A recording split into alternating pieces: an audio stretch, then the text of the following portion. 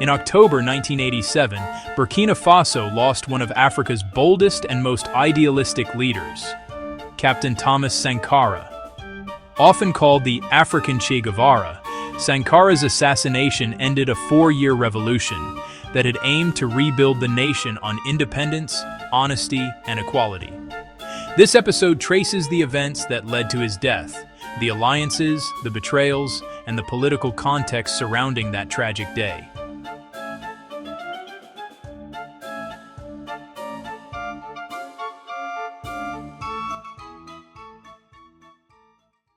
Thomas Isidore Noel Sankara was born on December 21, 1949, in Yako, Upper Volta, today's Burkina Faso. Trained as a military officer, he quickly developed a reputation for discipline and intelligence. In the early 1980s, his socialist ideas, influenced by figures like Karl Marx, Kwame Nkrumah, and Patrice Lumumba, put him at odds with the pro-Western elites of Upper Volta. After serving briefly as Prime Minister in 1983, Sankara was arrested for criticizing government corruption and foreign domination. His imprisonment sparked protests, and soon, a coup d'etat brought him to power on August 4, 1983. The young captain, just 33 years old, renamed the country Burkina Faso, meaning land of upright people. Sankara launched one of Africa's most radical reform programs. His goals: self-sufficiency, equality, and anti-imperialism. He refused to live lavishly, sold the government's fleet of Mercedes cars, and banned expensive state perks. He promoted women's rights, outlawing forced marriage, appointing women to leadership, and encouraging girls' education. Agriculture became a priority. He urged Burkinabé farmers to feed the nation rather than depend on foreign aid. Under his leadership, Burkina Faso's grain production rose dramatically. He launched mass vaccination campaigns and tree planting drives to combat desertification. His speeches across Africa challenged debt dependency, urging nations to unite and resist neo-colonial control. But Sankara's uncompromising stance created enemies, at home and abroad. Domestically, some military officers and traditional chiefs resented his anti-corruption drive and the loss of privileges.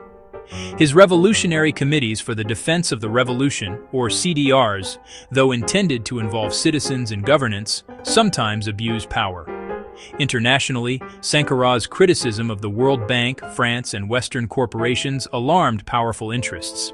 He openly rejected foreign loans, saying, "He who feeds you controls you."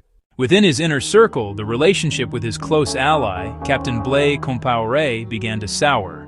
Some reports suggest foreign pressure, particularly from regional powers like Côte d'Ivoire and France, encouraged divisions. On October 15, 1987, Thomas Sankara attended a meeting at the Conseil de l'Entente building in Ouagadougou with members of his government. At around 4:30 p.m., gunfire erupted. A group of soldiers stormed the compound. "Comrades, stay calm. It's me they want." Moments later, he was shot dead, along with 12 others. Their bodies were hastily buried in unmarked graves. It was an accident.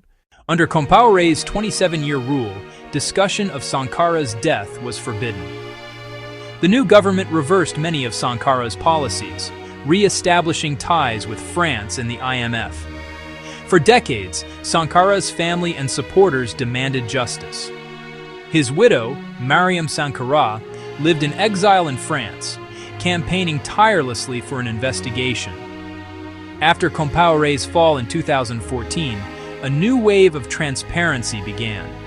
In 2015, Sankara's remains were exhumed, and autopsies confirmed that he had been riddled with bullets. In April 2022, after decades of silence, a Burkinabé military tribunal found Blaise Compaoré guilty in absentia of complicity in the assassination of Thomas Sankara. Two of Compaoré's associates, Hyacinthe Kafando and Gilbert Diendéré, were also convicted. The verdict, though symbolic, represented a historic moment.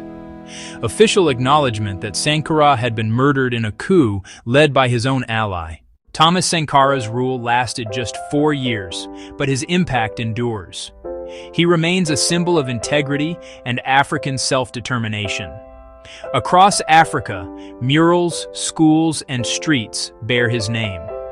While his methods were controversial, his vision of an independent Africa, free from corruption and exploitation, continues to inspire new generations. The story of his assassination reminds us how fragile revolutionary dreams can be, and how the fight for justice can span decades. The world forgot, but Africa remembers. This was the life and death of Thomas Sankara. If you liked this video, please click the like and subscribe buttons for more untold histories of Africa.